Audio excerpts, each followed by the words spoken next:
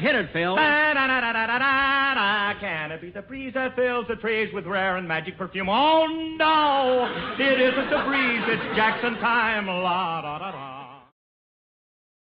Stay tuned. Right after this episode. For our discussion. The Kraft Music Hall will not be presented tonight so that we may bring you the following special program. Now, a special program in living color on NBC.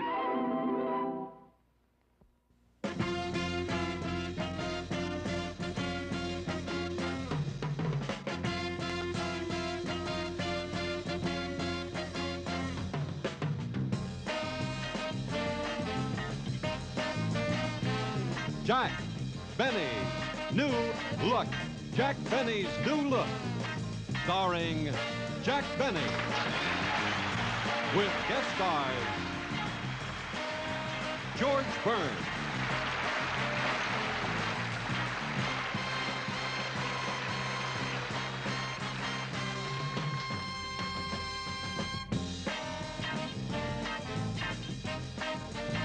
Nancy Sinatra,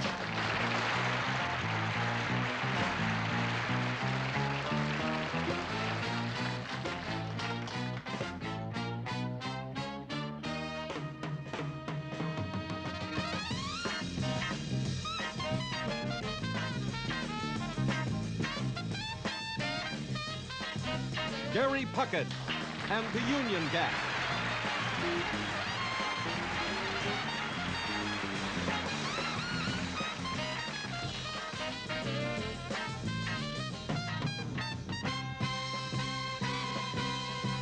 Eddie Rochester Anderson,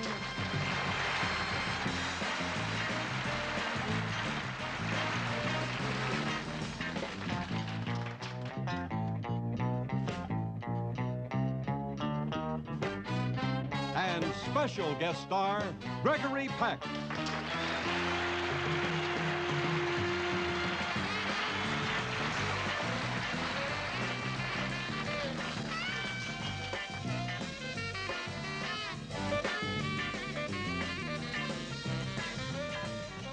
Brought to you by Kodak, for your Kodak dealer, who invite you to come in soon and see his wide selection of Kodak gifts for Christmas, where you'll find this special display of gifts that give happily ever after.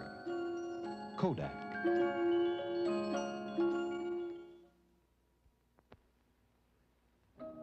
This is the first Christmas you can give a Kodak Instamatic camera for less than $10.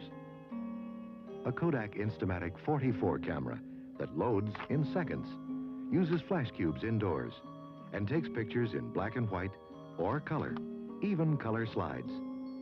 Give a Kodak Instamatic 44 camera less than $10. A good gift for anyone to give or receive. See your Kodak dealer.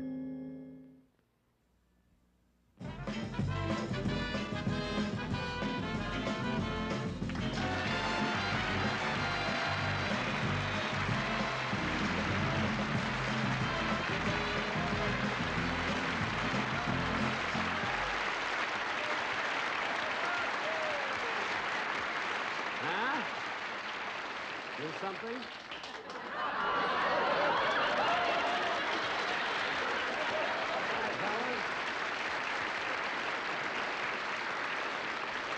Well, thank you very much, and good evening, ladies and gentlemen. For those of you who have just tuned in, I'm Jack Benny. The reason I say that is because lately so many people confuse me with Engelbert Humperdinck.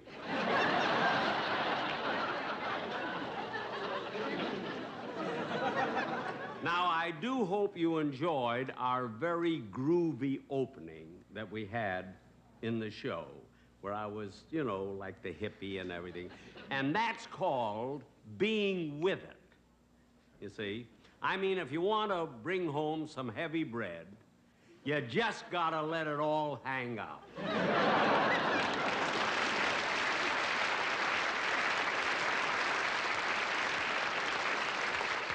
How do you like them apples? Now, the title of our show tonight is The New Look. And this outfit I'm wearing is considered in. See? And underneath this, I have see-through underwear. See-through meaning I forgot to put them on.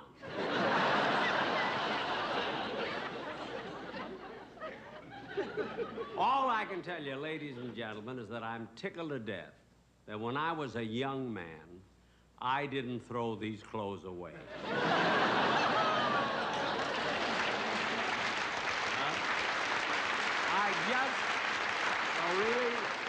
I just knew they'd come back.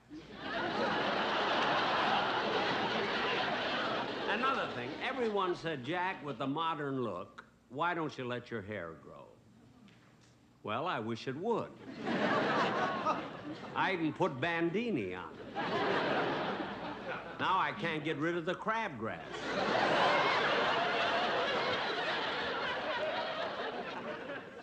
But you know something, ladies and gentlemen? The new look is not only clothes, it's no clothes. Everything now is nudity. The stage practically requires it. I was in New York last month. I saw a group of actors put on a revival of that lovely musical, Carousel, and they did it in the nude. When they sang, June is busting out all over, it was embarrassing.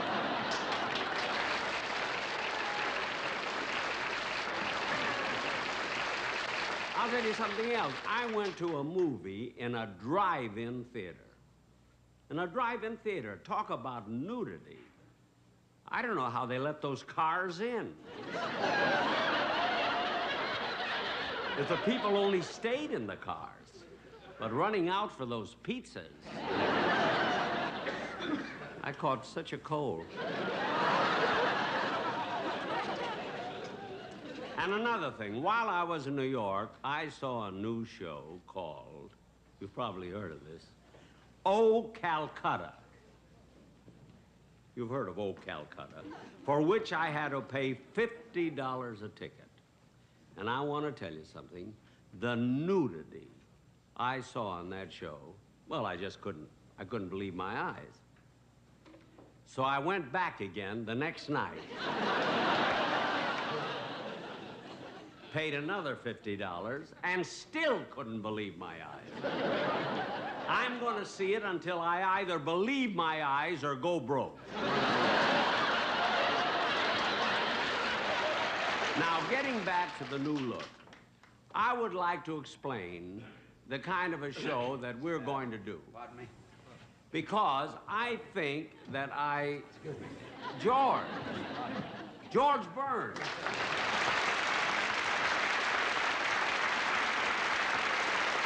George.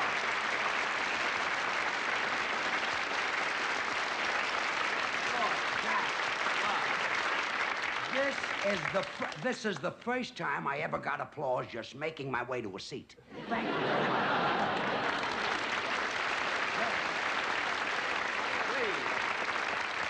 Please, This George. is not only my entrance, but my finish. Please, George.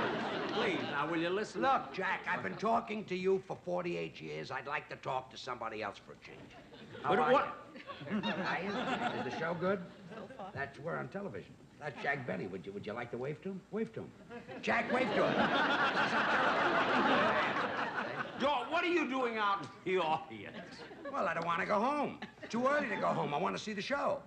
See, Your Honor. But your producer said that you cut me out. Not you, George. I just cut out your lousy song. How do you like that, a lousy song? He's talking about one of my big hits. I'll be waiting for you, Bill, when you come back from San Juan Hill. He calls that a lousy song. It'll tear your heart out. At the finish, I cry like a baby. I heard that song, and I don't blame you. I don't blame you for crying. Besides, we have Nancy Sinatra on the show. She's singing on the show. Look, Jack, don't worry. My singing hasn't hurt a father, and I'm certainly not going to hurt that kid. Gregory Peck is with us in the show. And the show is long. Somebody had to be cut. And you feel the audience would rather see Gregory Peck than see me? Well, of course. Well, I got news for you. The audience would rather see Gregory Peck than see you. If he was smart, he'd let Peck do the whole show and sit out here with us. All right, all right, all right. Look, if you want to cut the show, why don't you cut out one of those all rights? Look, I wanted to let you sing. It'd be impossible. You haven't even rehearsed with the orchestra. I don't need an orchestra. That's for Tony Bennett and Tom Jones. They need all that help, not me. I don't want an orchestra. I want to hear my voice. I love it. You mean you're going to sing without music? All I need is the audience. Look, would you ladies and gentlemen help me out with a song? Yeah, okay. Please, no. No, cut it out. Look. Bum, bum, bum, bum, bum, bum, bum, bum, bum, bum, but do that. Bum, bum, bum, bum, bum, bum. Okay, now hold it. Say, have you ever been away? Bum, bum, bum, bum, bum, bum, bum. Bum, bum, bum, bum, bum. Do that. Bum, bum, bum, bum, bum. Oh, George, now, for stop. Bum, bum, bum, bum, bum, bum. Say, have you ever been away? Bum, bum, bum, bum, bum, bum, bum. Say, have you ever been away? Bum, bum, bum, bum. Forget it. Let's do the chorus. There's no land. Sing it. As Grant. Look, at least sway. There's no. Can I tell you something? This is the last time I'll ever work with you.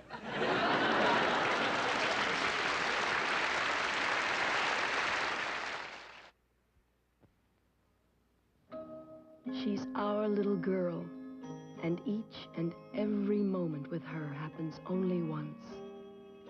That's why we have a movie camera, a Kodak Instamatic movie camera, so we can remember each and every moment. Christmas is almost here, and a Kodak Instamatic movie camera will make a perfect gift. You hold it like this, open it up, and drop in the film. Now, in case you're thinking movies are going to be expensive, well, they're not. A whole roll will cost you less than a dozen snapshots, and this camera is less than $30. Is there someone in your family who should be in movies? There's a Kodak Instamatic movie camera that's just right for you at your Kodak dealers. The gifts that give happily ever after.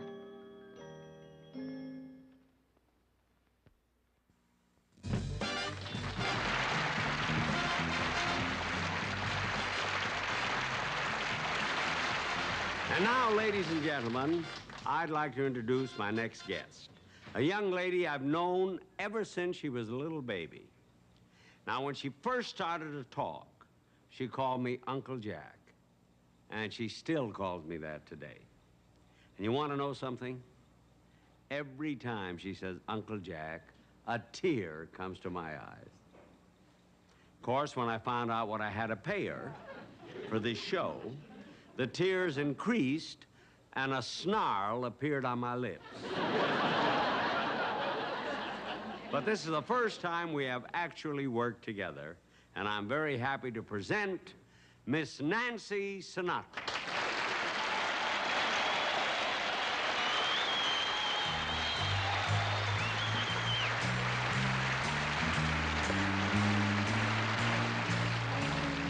Out of the tree of life, I just picked me a plum. You came along and everything started to hum. Still, it's a real good bet, the best is yet to come. The best is yet to come, and babe, won't it be fine? You think you've seen the sun, but you ain't seen it shine. Wait till the warm-up's underway. Wait till our lips have met. Wait till you see that sunshine day. You ain't seen nothing yet. The best is yet to come, babe, won't it be fine? The best is yet to come, come the day you're mine.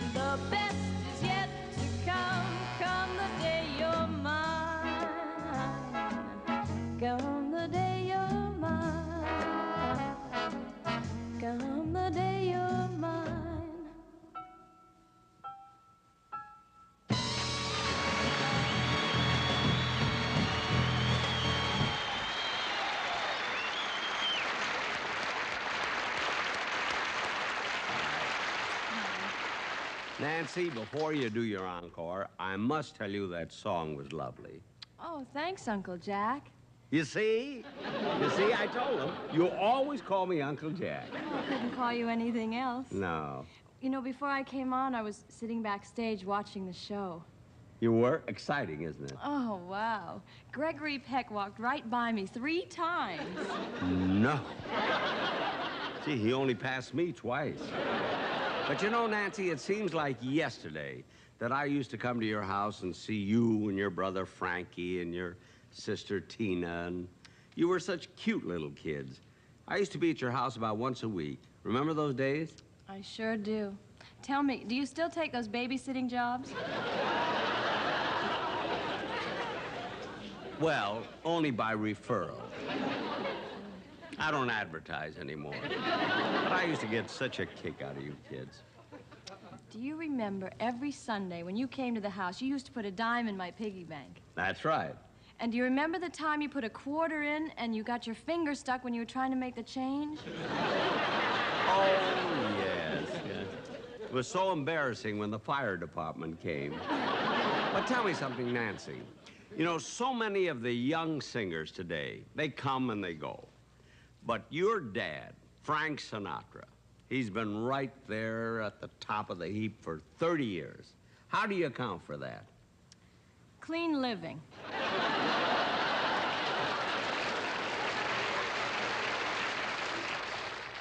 Yeah, I guess it paid off for Dean Martin, too.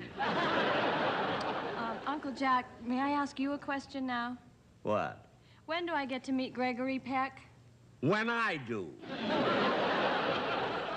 Now, look, you got another number to do, just go ahead and do it. She and her Gregory Peck. When did he ever babysit for her?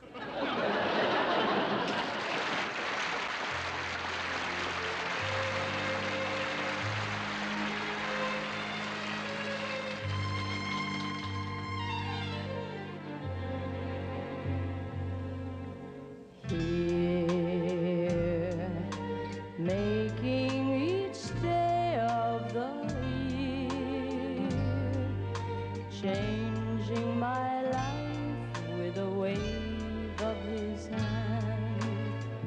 Nobody can deny that there's something there.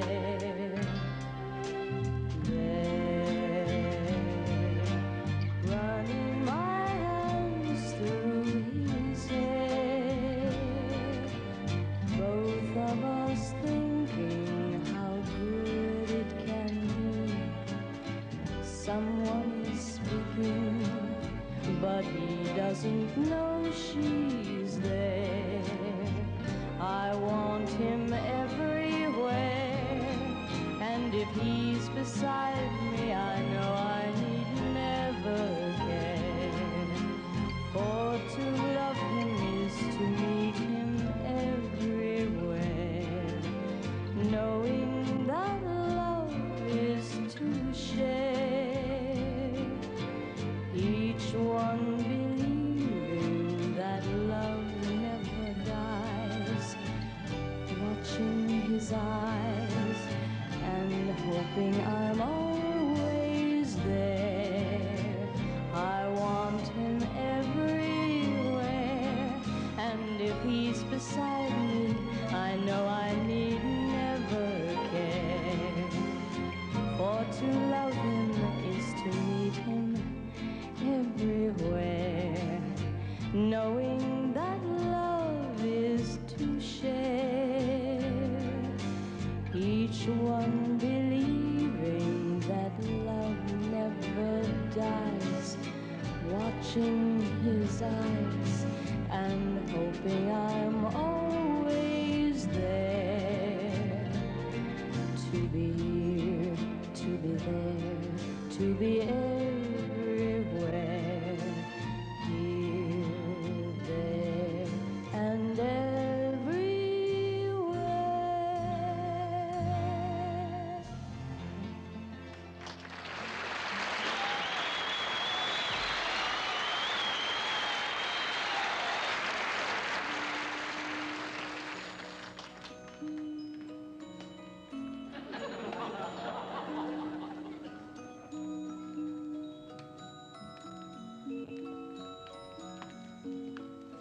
Oh, mister. Yeah.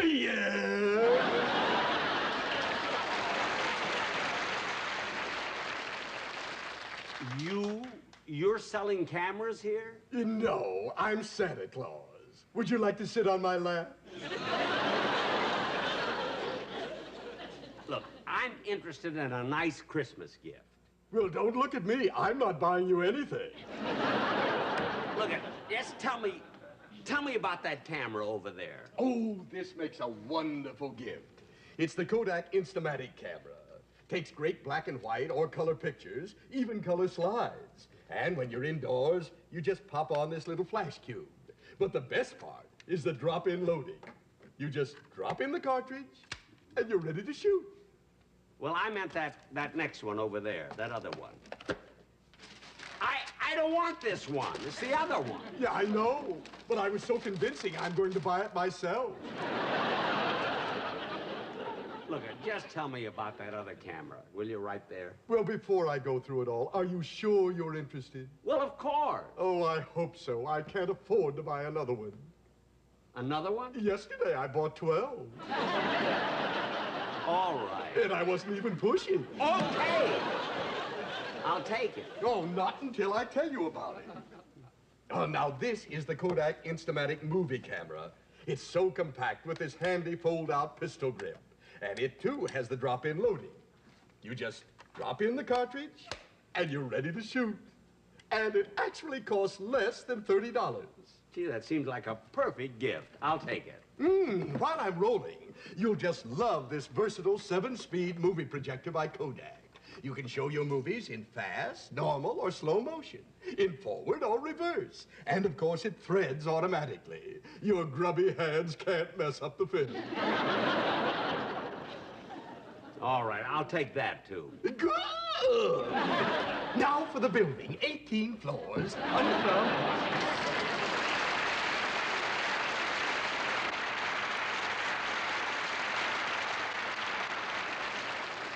You know, of course, ladies and gentlemen, that Gregory Peck is on my show tonight.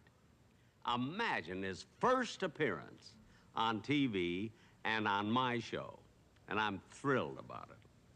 I want to tell you I haven't been this excited since Alexander Graham Bell said, "Can you hear me, Jack?"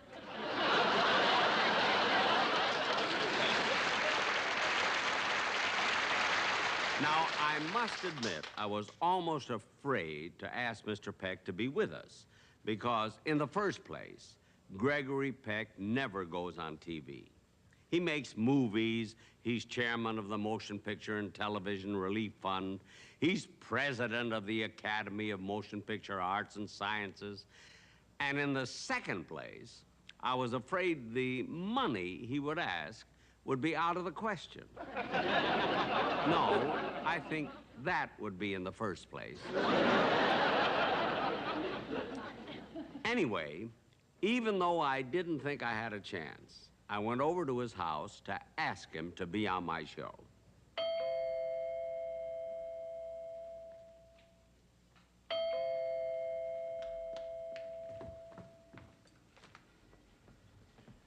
Yes.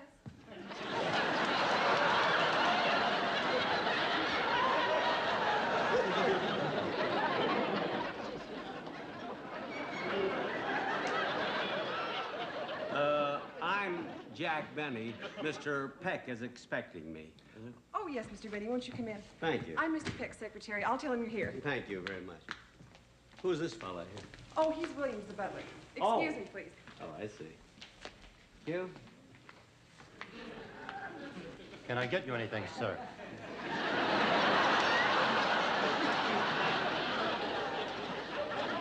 Well, it's a little early for dinner. I meant to drink. Oh, to drink? No. Martini? No, thank you. Scotch? No. A glass of milk? Milk? Yes, with a dash of nutmeg.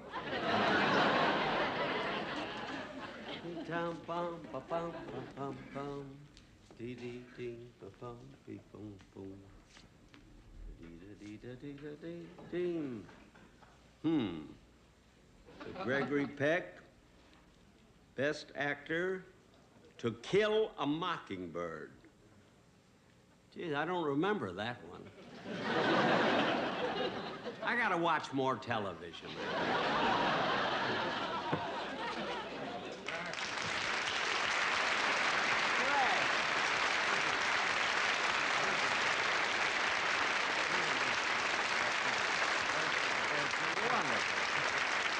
It's wonderful to see you.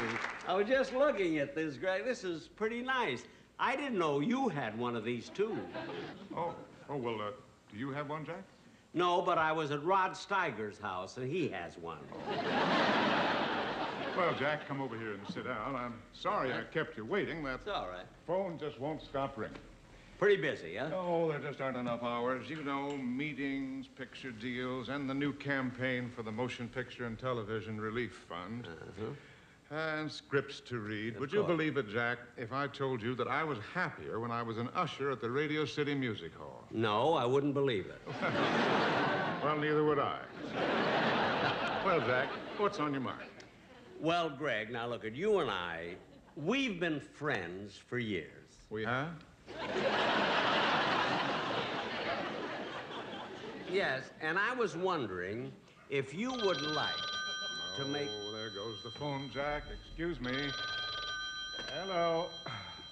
Oh, hello, Darryl. Yes, I did read the script. Well, it's a very interesting part, and the screenplay is great, but I'm afraid I'll have to pass this one up, Darryl. Oh, yes, I know you're offering me a lot of money and 25% of the gross, but I just can't do it. Oh, but Darryl, the part isn't really for me. It should be played by a man in his late 60s or middle 70s.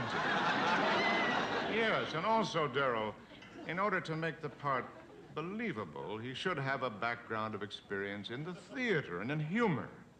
Yes, I think so. Yes, Darryl. Yes, I believe so, yes. Oh, second door on the left, Jack.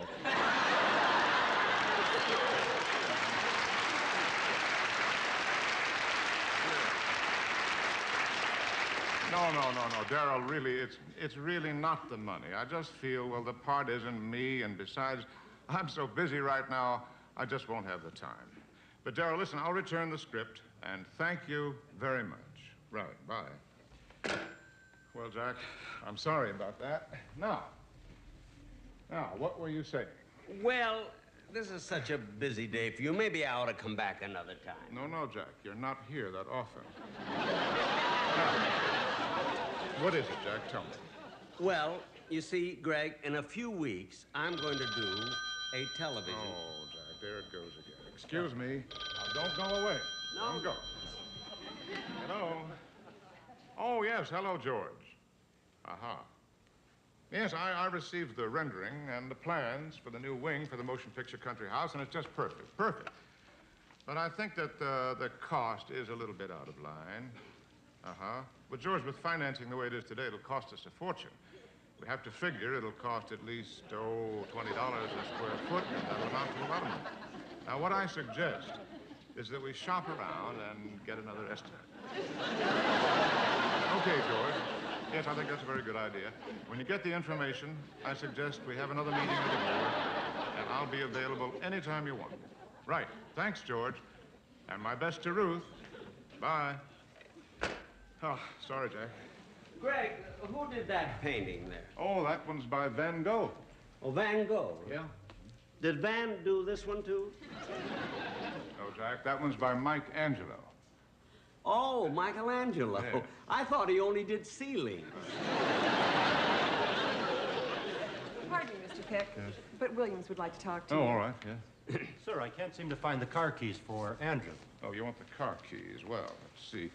I found him, Mr. Don't Peck. see. Oh, good.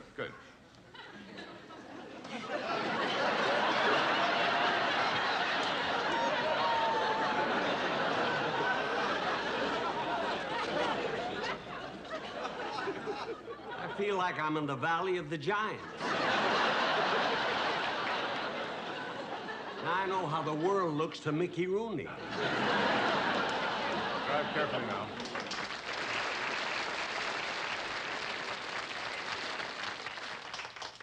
What kind of a car do you drive?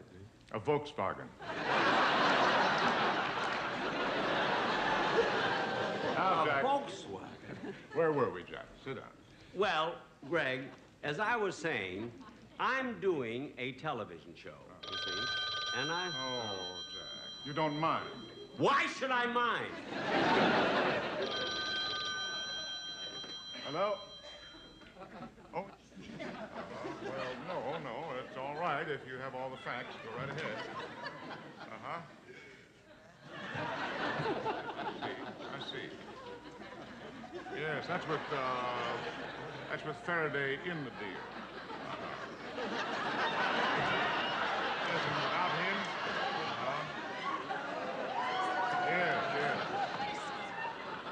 Yes, I see. Yes, I understand.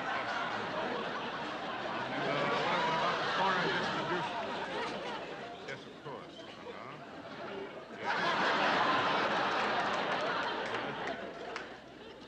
Yes. Yes, I follow that. Now, exactly what is each person's function? I see. Yes. Well, all right, Lou. I'll tell you what. I'll talk to my accountant about it, and I'll get back to you. All right. Bye, Lou.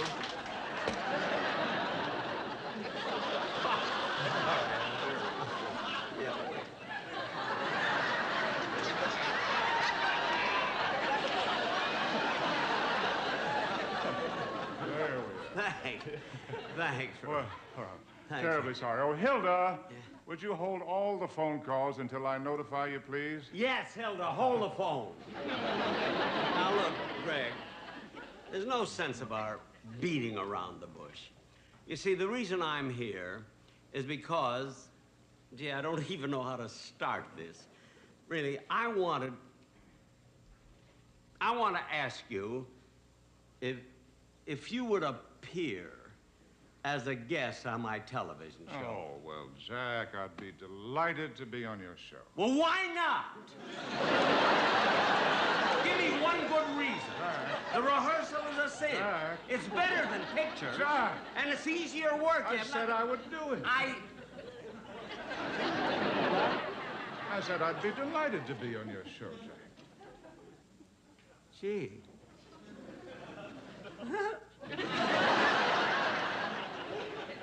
Well, Greg, gee, that's nice. But there's just one problem. You know, Greg, I know that you demand a lot of money, you see, and I have such expenses on my show between the scenery and the people and everybody that I don't think I can afford. No, Jack. Listen, Jack, forget all about the money. I'll do your show for nothing.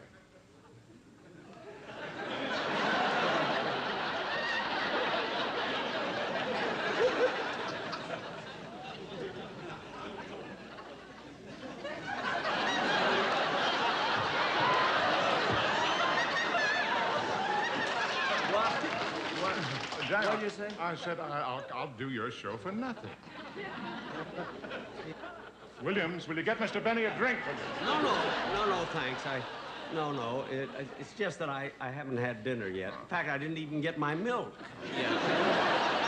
But Greg, anyway, gee, thanks so much. Not only being on my show, but to come on for nothing. I don't know what to say. Oh, Jack, I'm Thanks, Greg. delighted. Thanks. Thanks very, very much. Quite all right. Thanks, Greg. I'll look forward to it. Right. All right. Thanks. Sure. Thanks. Thanks very much, Oh, Greg. it's quite all right. Geez, I could cry. One more. Thanks. Right. Marvelous that you would do this. Just a minute. You forgot your ball and jacks.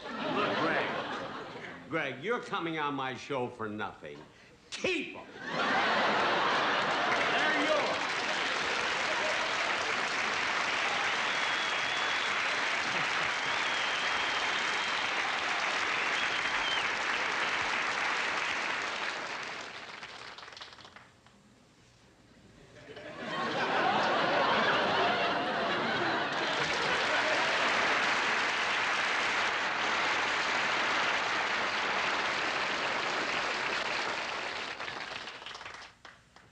Here I am, Rochester.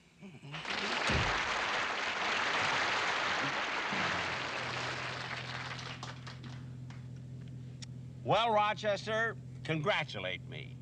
Gregory Peck said he'd be on my show. Oh, good, good. I'll bet you had to pay him a lot of money. You're wrong. He's going to do the show for nothing. How did you do that?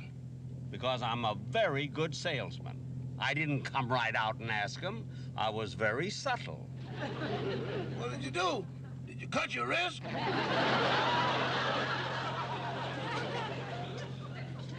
Does this look like I cut my wrists? I don't mean anything. You don't bleed for 2 hours.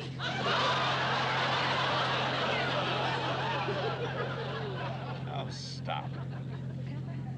Hey, Rochester, you're going too fast. I'm only doing 35 miles an hour. Well, you didn't drive that fast in the Maxwell. The Maxwell wouldn't go that fast on a windy day with a sail up. Rochester. During a hurricane. All right. Being towed by a missile.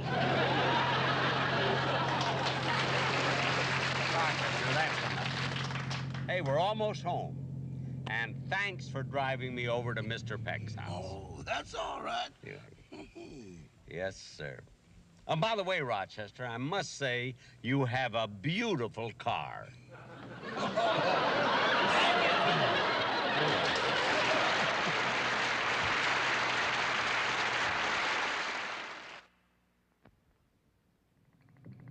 In the next 60 seconds, you're going to see a most distinctive Christmas gift. The Kodak Instamatic 814 camera. It loads instantly. It's the most automatic camera Kodak has ever made. Wind it up, and you store up power for as many as 20 shots automatically. It sets itself for the right exposure and tells you automatically when your picture will be sharp. It even tells you when it's time to pop on a flash cue. Tells you the flash is ready. Lets you take 4 flash pictures without changing bulbs. It's our most automatic. You create the pictures. The Kodak Instamatic 814 camera does the rest automatically. A very distinctive Christmas gift.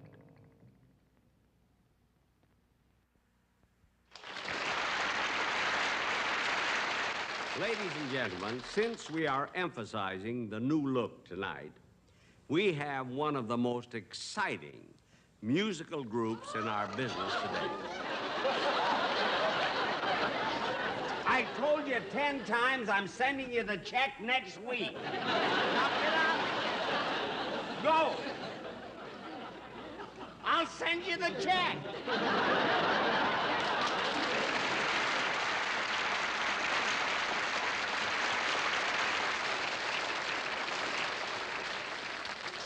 He drives me nuts.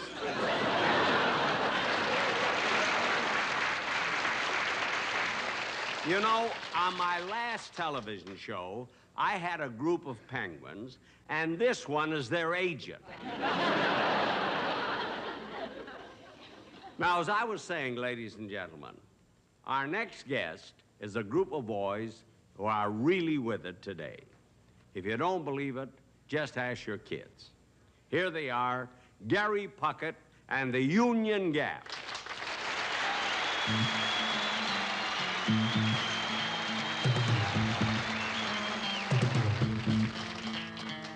Shadows cast by street lamps, cold wind blowing down the road. Too much wine has washed away the way back home. Beggar cries, Lord, I'm so lonely. The darkness answers back with memory.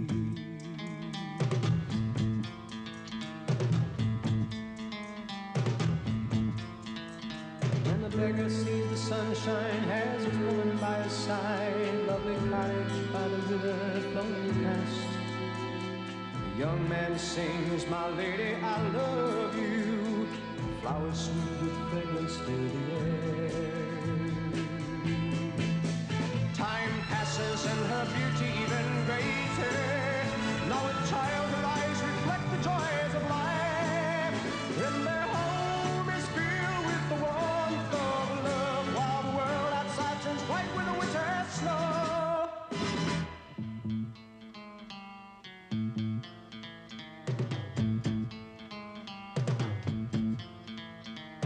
when his tragedy must sometimes happen.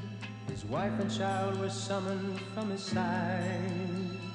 The young man turned and cried to heaven. The evening sky grew dark without a sound.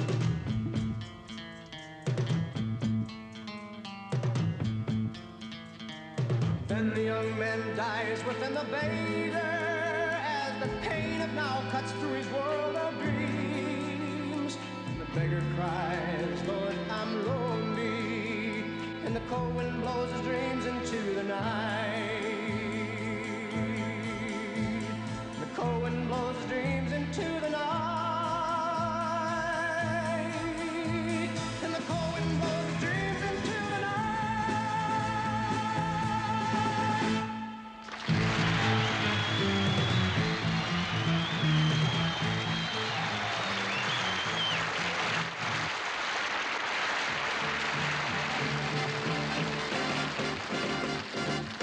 What goes up must come down. Spinning wheels got to go round. Talking about your troubles, it's a crying shame. Ride a painted pony, let the spinning wheel spin. You got no money and you got no home. Spinning wheel, all alone. Talking about your troubles and you never learn. Ride a painted pony, let the spinning wheel turn. Did you find the directing sign on the Straight and narrow highway? Would you mind a reflecting sign? Just let it shine within your mind and show you the colors that are real.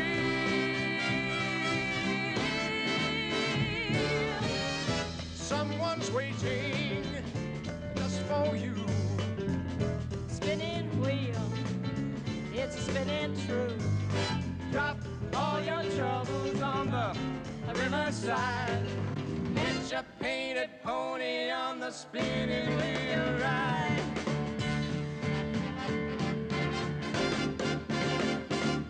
What goes up must come down. Spinning wheel, got to go round.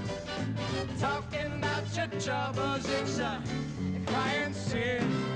Ride a painted pony, let the spinning wheel spin. Ride a painted pony, let the spinning wheel spin. On the spinning wheel ride. On the spinning wheel ride. On the spinning wheel ride. That spinning wheel ride. On the spinning wheel ride. On the spinning wheel ride.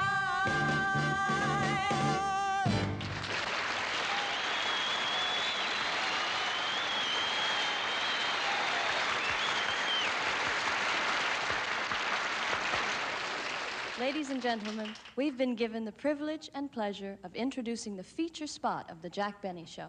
Now, you've heard of the unusual names of some of the contemporary groups today. Like Creedence Clearwater Revival, Yeah. Blind Faith, Sly and the Family Stone. The Union Gap. Who? But now you're going to see a trio that's really out of sight. They must, in a very short time, be #1 on the top 40 charts, right? Gotta be. Ladies and gentlemen, 2 bushels and a peck.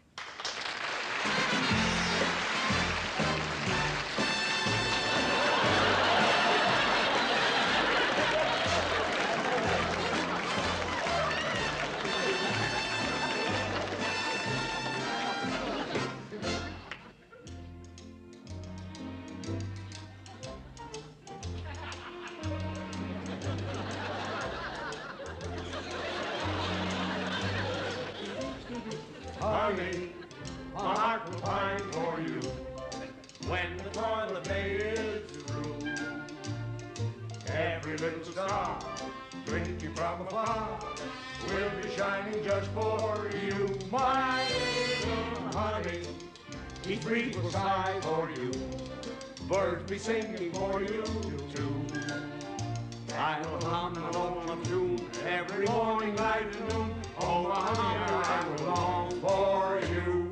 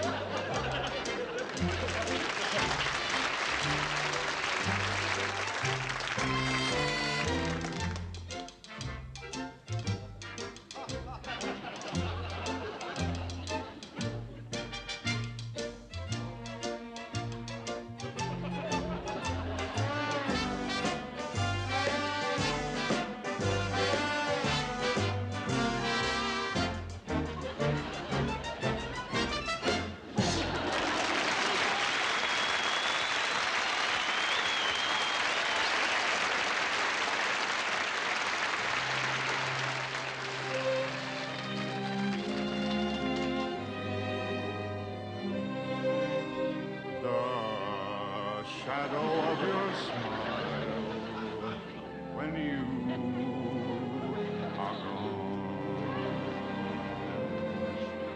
will color all my dreams and light the dawn. Look into my eyes, my love, and see all the lovely things you are to me. To me, to me, to me. A wistful little star was far too high. A teardrop kissed your lips, and so did I.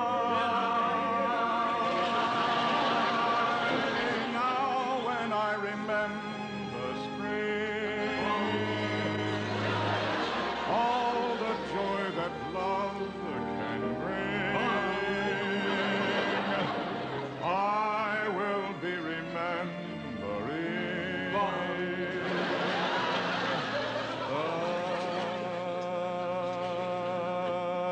the shadow of your.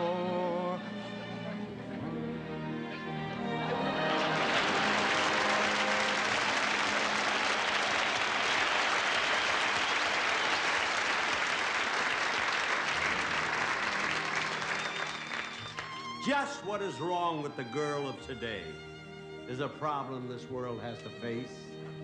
They blame it on this and they blame it on that, but they don't seem to get any place.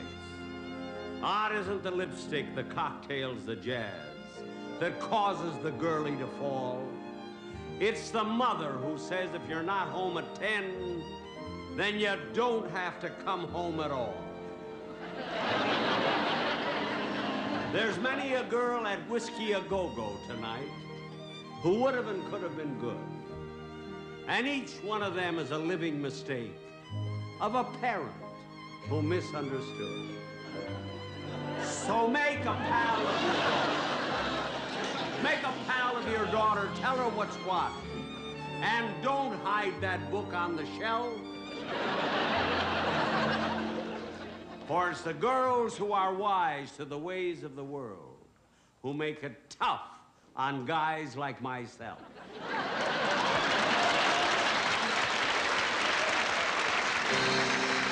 Now we remember spring, all the joy that love can bring. We will be remembering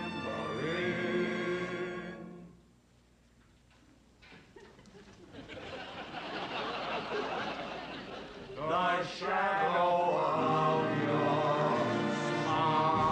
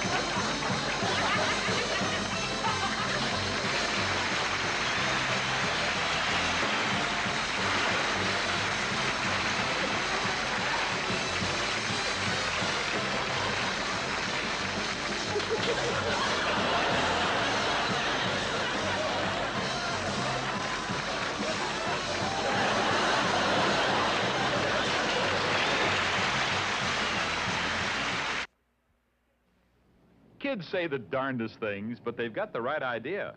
I'm Art Linkletter, and we asked some experts, what would you like to give your mommy for Christmas? The camera. What kind of camera? Kodak. Why?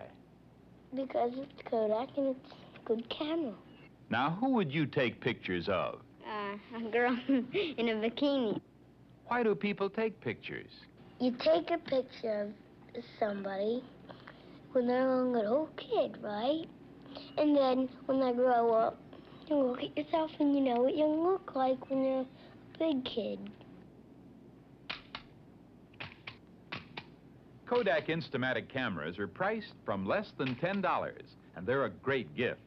Jeff, if you got one, what's the first thing you do? Take a picture of my other presents.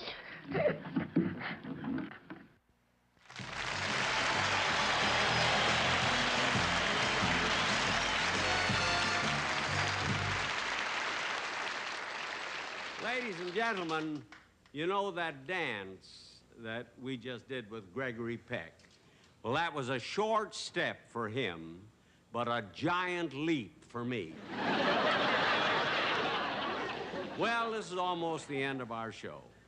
And I certainly want to thank my guests, Gregory Peck, George Burns, Nancy Sinatra, Gary Puckett and the Union Gap, Rochester, Frank Nelson, Floyd the Penguin, and everybody who has been...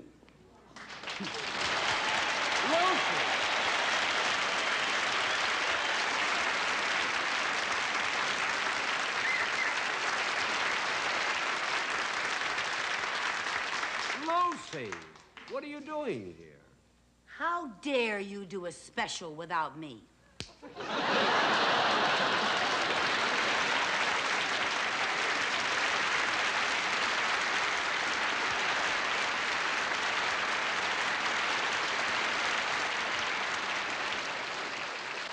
This is the first time she hasn't been on my show. I didn't know she needed the $300. Before I close, I would like to say that I've had so many requests to sometime on television play one number that I do when I give my concerts. So why should you be cheated? Now, of all the numbers I play, I believe the most popular one is Zigeunerbeißen by Sarasate, also known as Gypsy Airs. If you please, Professor.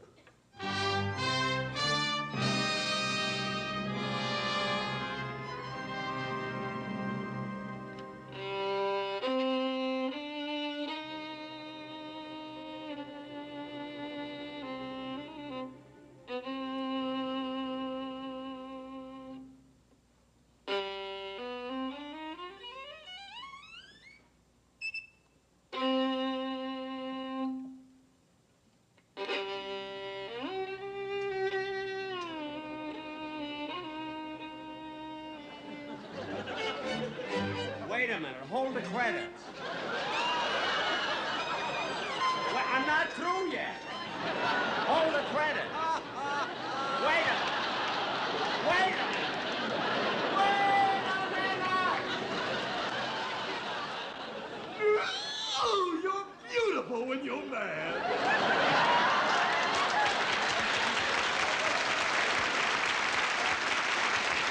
I want to get this on film. Jack Benny's new look has been brought to you by Kodak, for your Kodak dealer whose Kodak gifts for Christmas will save precious memories year after year. They're the gifts that give happily ever after. Kodak.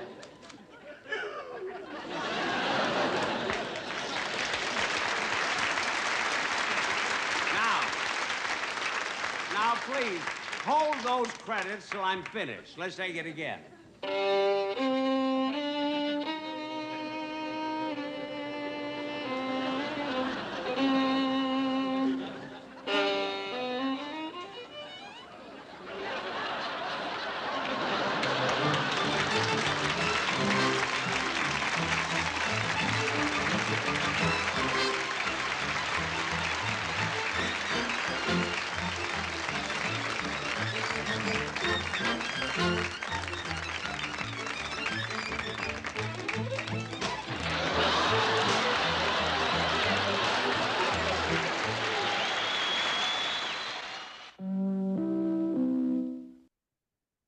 Well, hello again. This is Buck Benny speaking. I have a full panel here today. I'm so excited to see our full panel here. Let's go on to our special. Let's start with John. John, what were your thoughts on this, or what stood out for you? I loved this. It was great.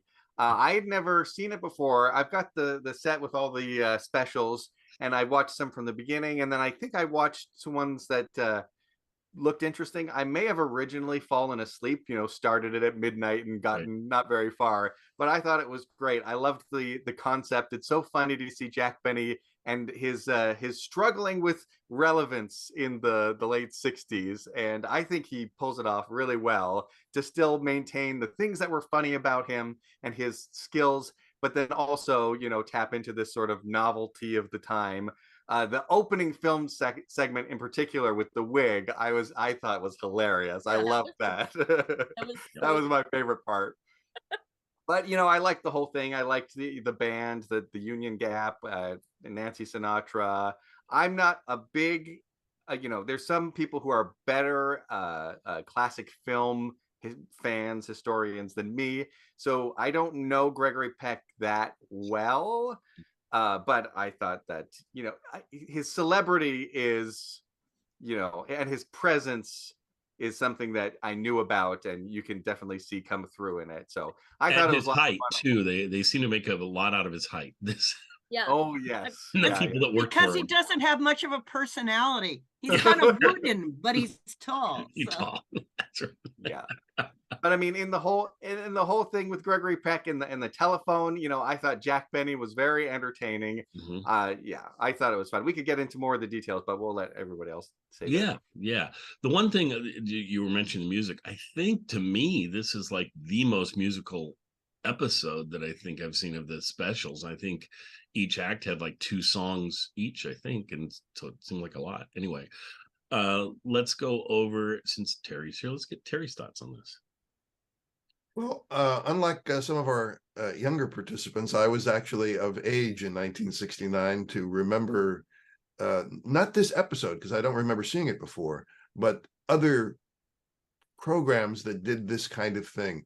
Older actors mocking the youth culture.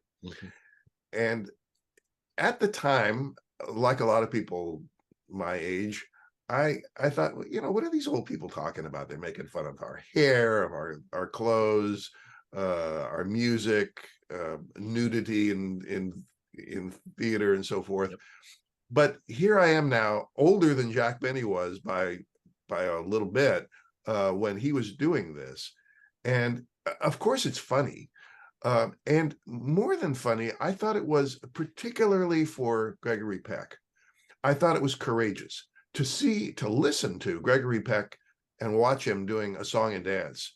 And it doesn't take any musical genius to figure out that he would never have survived as a or a dancer, but he had the courage to pull this off and to do comedy. He was not funny.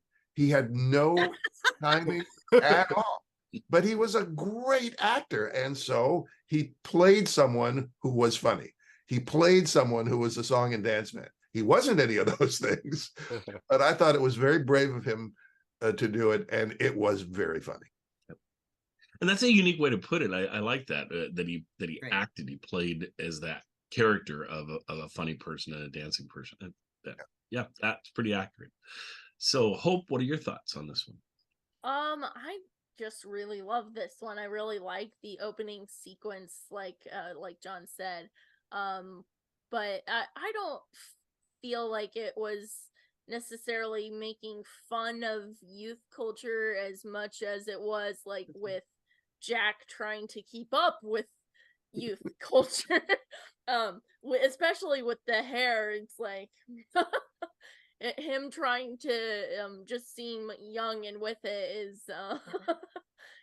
is just humorous in itself. But it's I mean I've seen this one before, and I still love it though. I still, of course, I'm a huge Gregory Peck fan, I would say. I've I probably watched Gregory Peck and Cary Grant more before I was ever introduced really to more of the classic movies. Those were the kind of movies with Gregory Peck and Cary Grant that I would watch with my mom, and then later on I would explore more of the classic movies and such. So I really enjoyed seeing Gregory Peck in this role. I agree he's not very musically inclined. And maybe it's just me, but I don't mind music in shows, but I find it very hard to watch a lot of music from older shows because it's not relevant anymore. The music is like it's out of style after so many years, and so I don't really like having such a musically heavy program. And that goes even for like the Benny shows. Like, as much as I love to hear Dennis Day sing, sometimes I'm like, this is too much. Yeah, well, that's interesting because that's the way I feel when I watch a show with modern music. Even like the talk shows, I'm like, oh, musical, guess. But then when I watch one of these shows, I'm like, yeah, now we're talking. It really depends if that You're so with it. it really depends if that music is your thing. Like Nancy Sinatra singing is, I love it. Like, she could have done the whole show for all I care, but everybody else, I was like, I don't care. Yep. Hope some of us felt that way in 1969 about Nancy Sinatra. Oh no, not those boots. Those boots are made for walking. They're bleeding. And that's just what they do. One of these days, these boots are going to walk all over you. Well, and Gary Puckett and the Union Gap were huge. They had a lot of success, but they were not very good. They were, I mean, yes, they were good enough to sell millions of records. Obviously, some people thought they were great, but in context, come on. Well, what they are is they're not radical. They're not singing "Oh Ohio." They're not singing protest songs. So among the younger generation, I think these two were acceptable, middle of the road to older viewers. It's not like they had the 13th floor elevators or the Rolling Stones on the show. So yeah, the act that was probably pushing the envelope the most is probably when they had the Beach Boys on. But other than that, they always kind of grabbed these kind of bands that were around, but they weren't as that huge. But we must say, for connecting all our favorite things, this is probably the only Beatles song that was sung on a Jack Benny show to sing for Nancy singing Here, There, and Everywhere. I was quite pleased about. So, and they did quite a passable version of a Spinning Wheel. So, yeah, for 1969 music that's not coming straight from Woodstock or the Harlem Music Festival, it was okay. And of course, Kathy, in fairness, the Beatles were also a cover band if you talk to Motown fans. Yes. Exactly. So, well, you just gave me a great visual. I was just thinking, what if Jack Benny had like Jimi Hendrix come on one of his specials and light his guitar on fire? I think Jack Benny would have gone with it, but I don't think he would have kept maybe some of his older audience. There you go. He could have tossed his wig into the fire. You know, afro. Light his violin on fire would have been great. Or play it with his teeth. That would have been good too. Behind his neck. Done that joke where he starts a joke and then it gets interrupted, and then he's like, no, that's the joke when he finishes it. Yep. No, I always love that when he does that bit. I wanted to mention one thing about what Hope mentioned, that Gregory Peck was one of her favorite actors and things.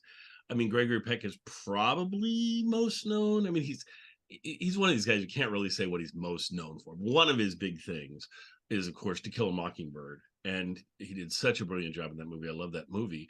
And I was just going to plug the fact that To Kill a Mockingbird is touring the country still with Richard Thomas in the lead role, who's John Boy, of course, from the Waltons. And I've seen it, and he really does a nice job. It feels like not so much what. Grabbing the book and doing the book, it feels more like doing a stage play of the film is what it kind of feels like more than anything else.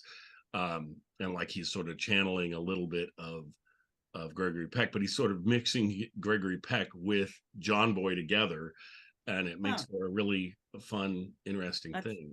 That's very Oh, please. I've go never ahead. seen To Kill a Mockingbird. I know that that's Gregory Peck's most famous Oh, you movie. should. The only movie I've seen with Gregory Peck all the way through was The Snows of Kilimanjaro. And the thing with that movie is nothing happens in it. Yeah. Okay. I would agree. He had a couple like that, but I mean, he was in How to Steal a Million. He was in Roman Holiday, with Audrey Hepburn, which was Audrey Hepburn's debut that won her an Oscar, I believe. Yeah, and it's so I would say that is arguably not his most famous. I would say Roman Holiday would probably be. When I went to Rome, there were pictures of that movie too, and it was like that's very sweet. Yeah. I root for 12 O'Clock High, which is actually the greatest management movie ever made, about how Gregory Peck comes in and remakes an Air Force battalion, an Air Force group that's supposed to be bombing Germany during World War II, and they've lost all sense of competence, and he rebuilds them, and so it's very psycho. And for lawyers, 12 Angry Men. Oh, I have seen 12 Angry Men, but maybe I just didn't know who Gregory Peck was.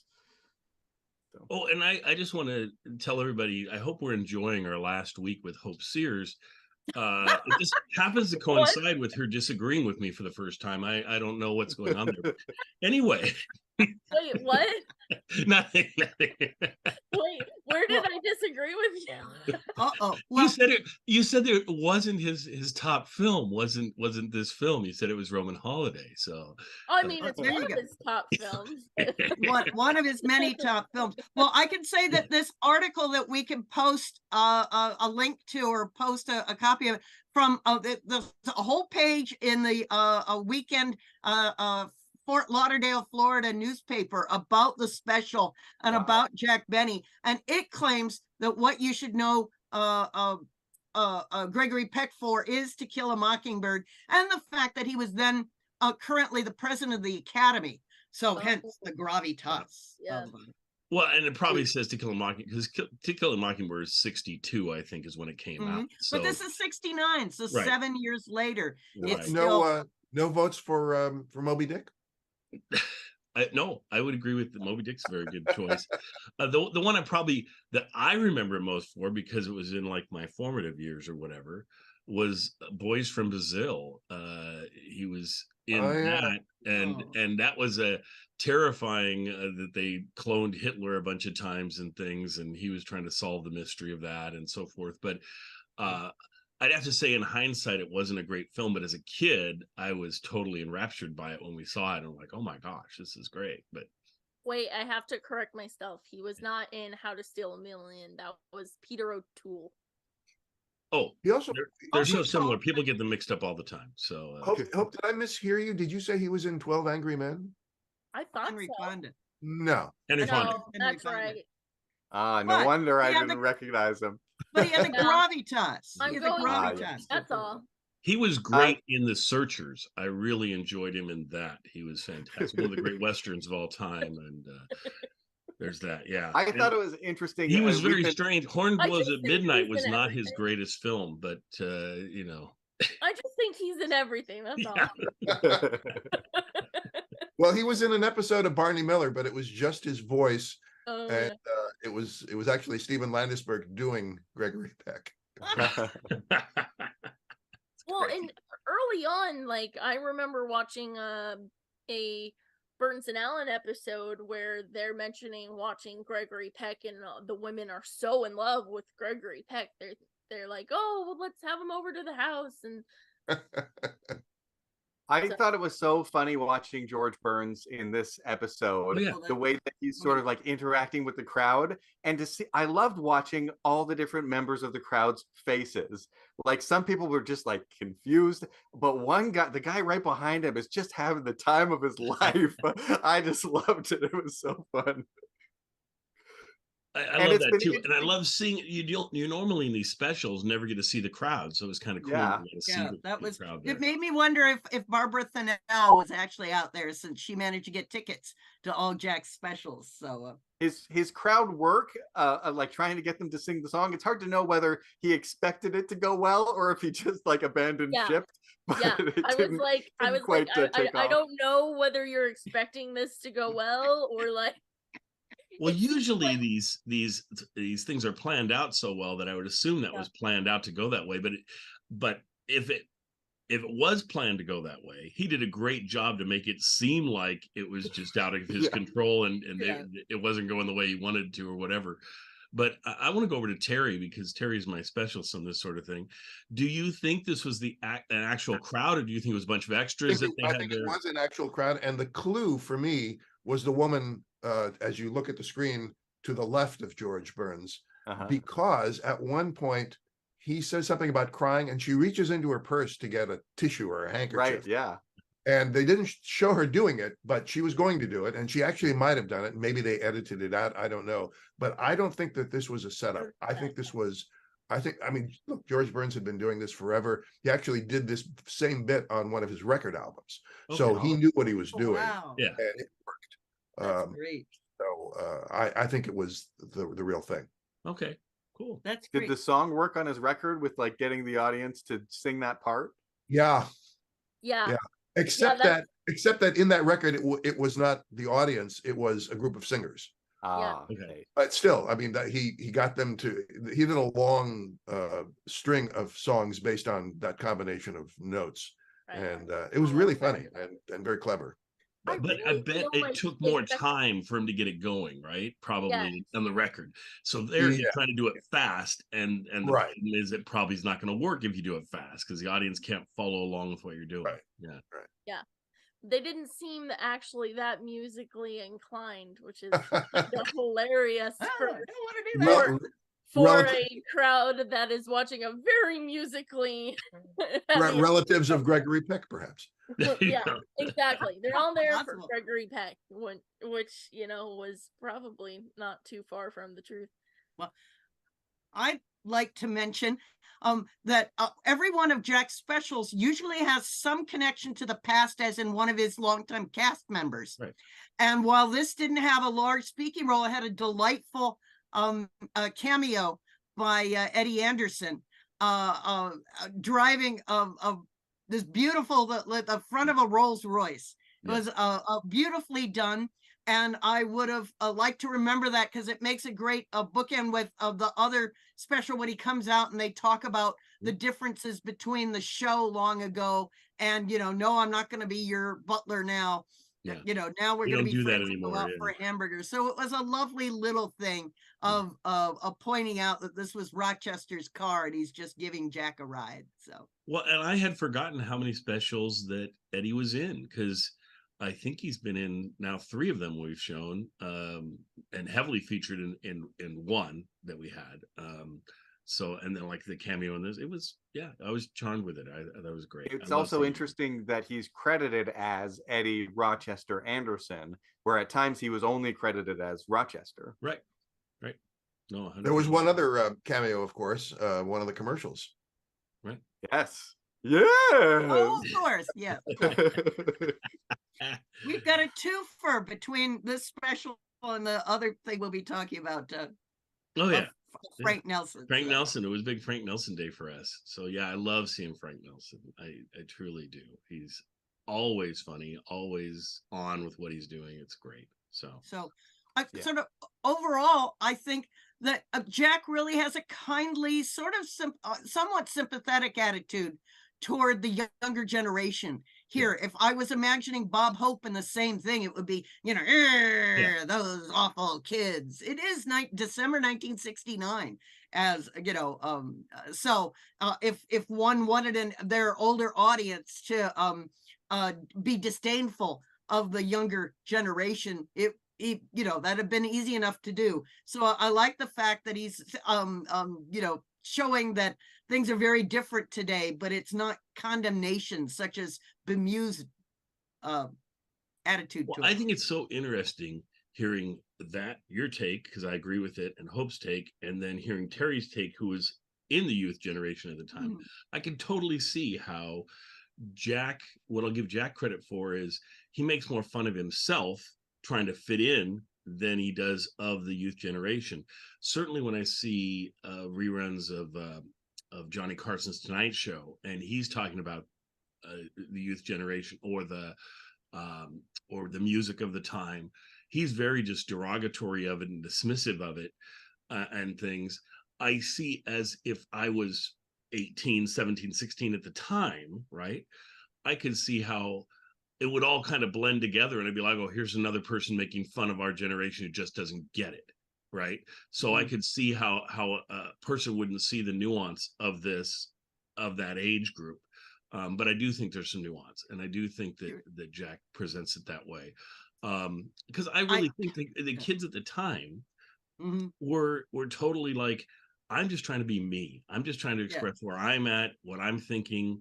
And I have to express that through my look, through everything that I do. And certainly it's very evocative of the students now that I work with and things, because they are very much, though society is saying they don't like them to have their, like we were saying earlier, hope colored hair, and they don't like to some of the things that they're doing, but they just are saying, hey, I'm just trying to find my way through this crazy society we live in and express myself. And maybe I express myself a little more than the older generation does, but I shouldn't be penalized for that or anything. And what does the older generation do? I just had a conversation this week with someone who was just saying, oh, we should go to school uniforms and things, so we don't want students expressing themselves and things. And I mean, I can see that point of view to some extent, but it's I also think kids should be able to express themselves, whether it's 1968 or whether it's 2023. So they'll find other ways to express themselves. Oh, for sure.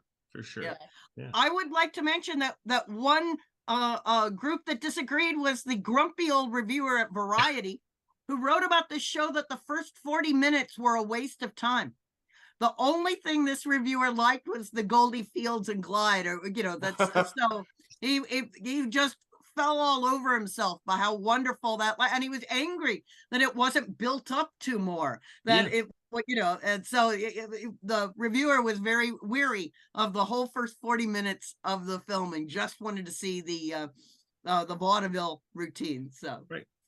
Wow, I can't imagine. We should also give Jack Benny and George Burns credit for having done this kind of act once before. 2 years prior to this broadcast, the two of them were on the Smothers Brothers show, essentially doing the same thing, dressed in, mod clothes and pretending to be of the younger generation and mocking themselves.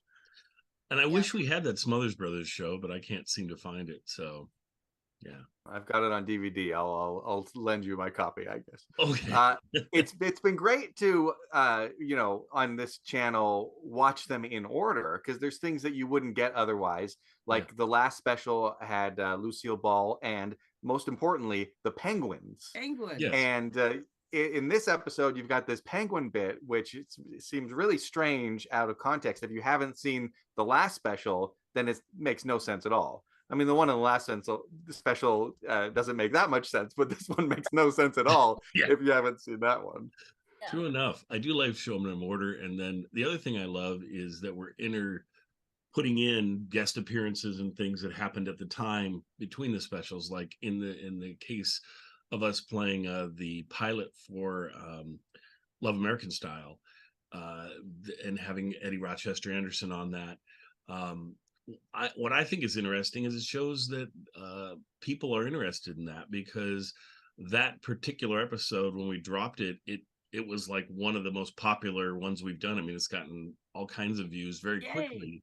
It doesn't even have Jack in it, so I think that's great. So, and it's neat to I think part of it is I put on that it was the pilot of the Love American Style. I'm sure that catches some people going, oh, let's watch that first episode. Yes. And Kathy, I wanted to say thank you for that newspaper article. I read it, and it was very interesting to get Jack's take on how he sees himself in this culture. And I think it's very telling that he's saying, like, at my age, very easy to become passe. And that's the pull quote that they have for him as well. That that he's realizing, you gotta keep with the new material, which is kind of funny because he pairs so much of his old material with it. So it's a very interesting kind of take that an insight that you don't normally, you don't really get to see, I feel like. Yeah, we'll look for this. As I said, we'll somehow link. Yep. We'll put a JPEG. We'll of figure it. out how to link to it. Yeah. And then Kathy, That's a great point. could you maybe just read us a few lines of that especially this Jack sure. Yeah.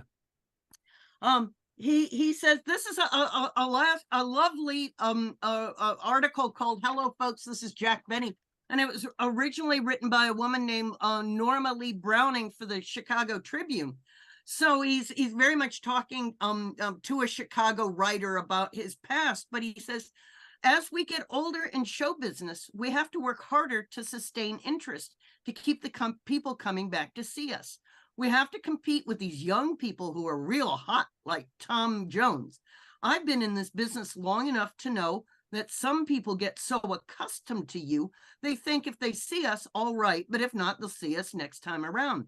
At my age, which she mentions is 76, at my age, you could become passe pretty fast if you didn't keep up with the times and work constantly to come up with new material. Since he brought up the subject himself, I asked, you mean after all these years, you're not really 39? He says, I will be 76 in February. He replied promptly and proudly. At least that's one thing that can be said about Jack Benny that hasn't been said often anyway. So, and one more quote and I'll let it go. And in January, I will have been married to the same woman 43 years. I think that's maybe some kind of record in this business. And I'm crazy about Mary. I think more than I ever have been. And you don't read about the people who stay married like the Pat O'Briens and Joey Bishops. They've been married a long time. You only read about the little hit and miss starlets. So how nice that he brings in Mary. Yeah, very nice. Love that.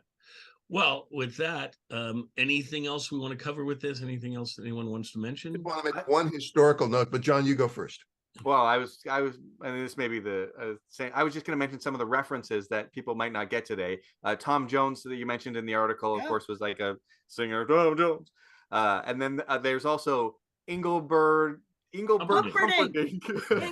And Jack did a guest appearance on his show that we have to talk about sometime. So. And Tony Bennett is more of a crooner type. Oh, I'm blurry, but that's okay. And Mickey Rooney, of course, is the child actor who at this point would be an adult actor, although he was quite short. And then the one that I didn't know, and Terry, maybe you can help me out with, was Rod Steiger. Mm-hmm. Actor, yeah. I have no idea who that is. Great Academy Award-winning actor, On the Waterfront, Heat of the Night. My assumption would be, and I don't know this, but my assumption would be he maybe died early or something, because I don't remember him, or retired or something, because I don't remember him doing films in like the 70s and 80s and things like that you get. Maybe not the 80s, but I think in the 70s he might have still been working. Okay. I don't remember. Yeah. And some actors that were great as lead roles in films start becoming background characters and start doing more character work. And those ones we might notice them but don't realize that it's that person too. So because that's pretty amazing when they pull that off. And anyway, I'm trying to think of what else. There was something else I was going to mention with this, but I don't remember. It's okay. Terry, you had a final thought? Yeah. Well, just one more reference that people might not know, which is the fertilizer brand called Bandini. Mm-hmm. Oh yeah, it's a fertilizer brand. It'll help you to know that when you watch the show, that it's a brand of fertilizer.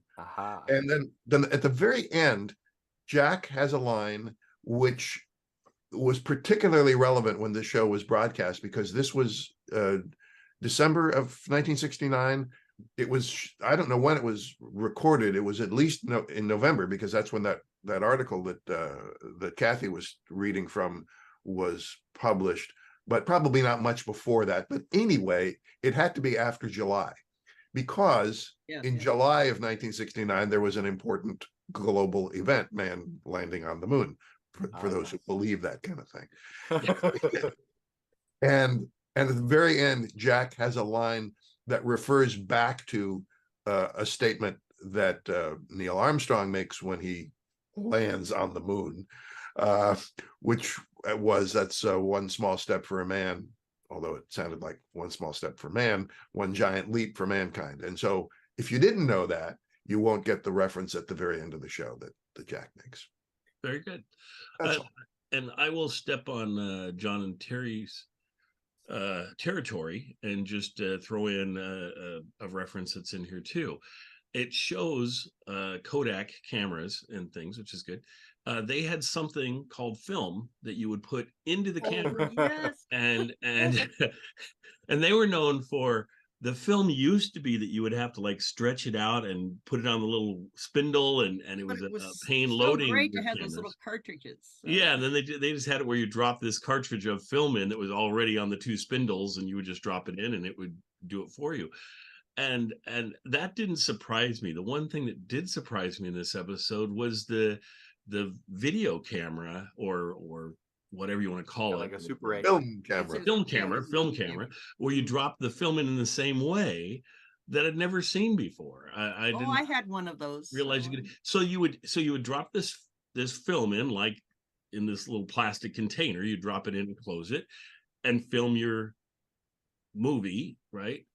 And then you'd send it in to get it processed, and it would come back as 8mm or Super 8mm or something. Yeah, that's why you need the projector. Yeah. Anyway, with all of that, enjoy this great episode with Jack. And this is our final presentation of these Jack Benny specials for this season. We'll be back next summer. I thought, okay, this kind of is a nice encapsulation. We cover the whole 1960s this summer, and next summer will be the 1970s, basically.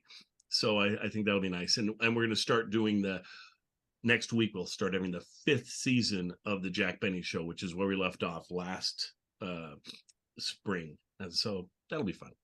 So we'll see you next week for some more Jack Benny. And thanks everybody for being here. Have a good day, everybody. We have Hope Sears. Hey, Hope. And she's like gone more blonde, I think, than usual. It looks really good.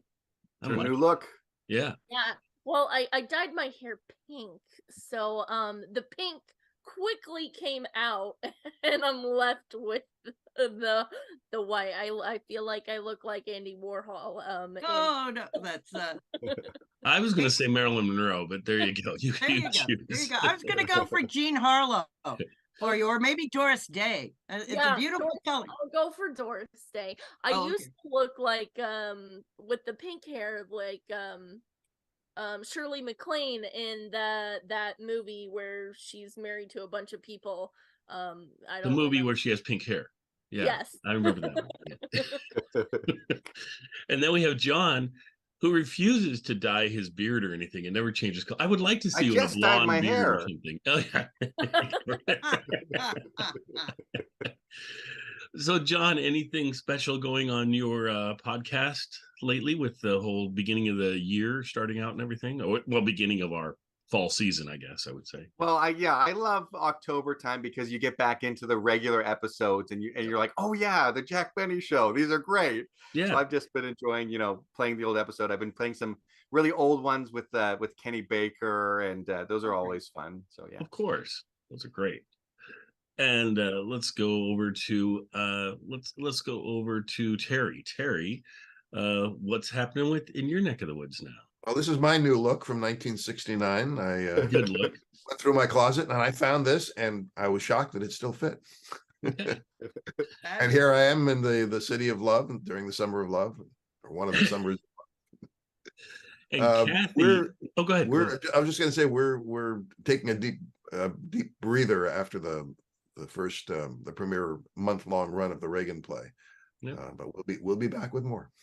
Well, and we were talking before we went on air, and Terry says that probably it's going to be available at some point for people to watch that can't get to it because you're in a different part of the country or whatever, because I'd love to see it. And so that'll be something to look forward to at some point. Are we thinking a couple of years down the road, or are we thinking probably? I hope it won't take that long. You know, we're entering the presidential primary season.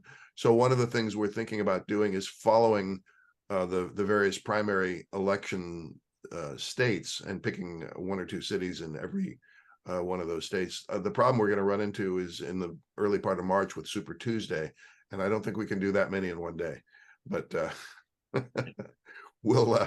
yes, we'll probably within the next year or two, I hope we'll have this available for streaming. Fabulous. I have a question and an idea. Have you Great. considered following Reagan's presidential pathway when he was touring? Really great idea, Hope. I know, had not thought of that. That's a terrific idea. Yeah, that would be really cool, but a little late to plan it out probably now. Probably. But you know, 4 years from now. Yeah, exactly. That's something to keep in mind. That's a really good idea. That's a really good idea. Thank you.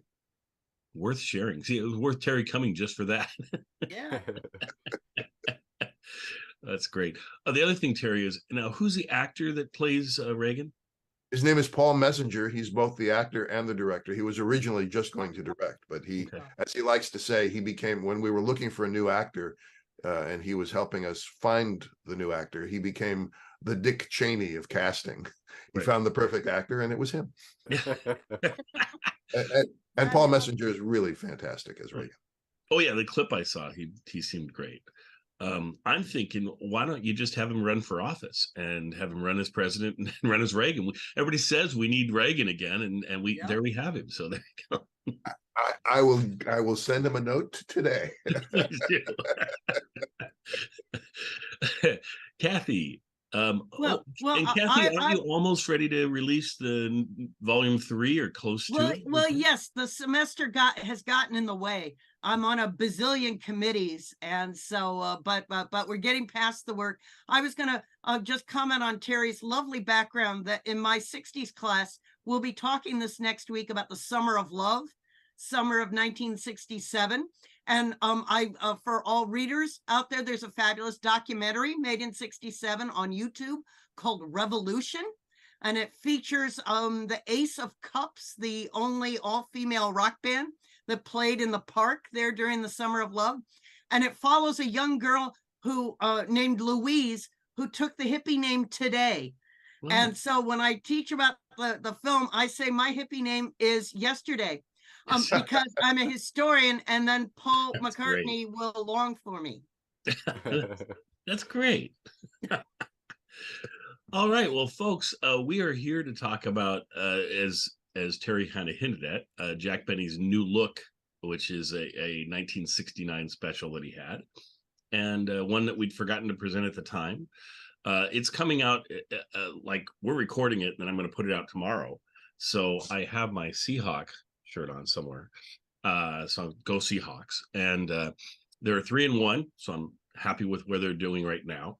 And of course, I love Russell Wilson, but it was probably the time to trade him. I think we got a decent amount out of that trade, and he's doing so well over there again. I think they're 1-4. So anyway, we shall move on. But and this is a sport.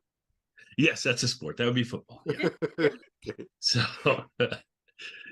did you have something? It looked like you were no, just something. Like when people talk about football now, I can be like, see, people get annoyed about everyone talking about Taylor Swift, but like showing too much. I don't know much about like sports in general, so like when people talk about sports, I just sit there, and now I can be like Taylor Swift and everybody gets mad. But yeah.